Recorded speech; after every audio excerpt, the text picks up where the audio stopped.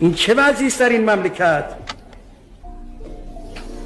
ملت ایران تا کی باید منتظر باشن که شماها از اون گرفتاری هایی که میگید داریم در ادارات بیرون بیایید؟ 1.5 سال بیشتر گذشته است از این انقلاب. من از شماها عذر میخواهم، من از ملت ایران عذر میخواهم.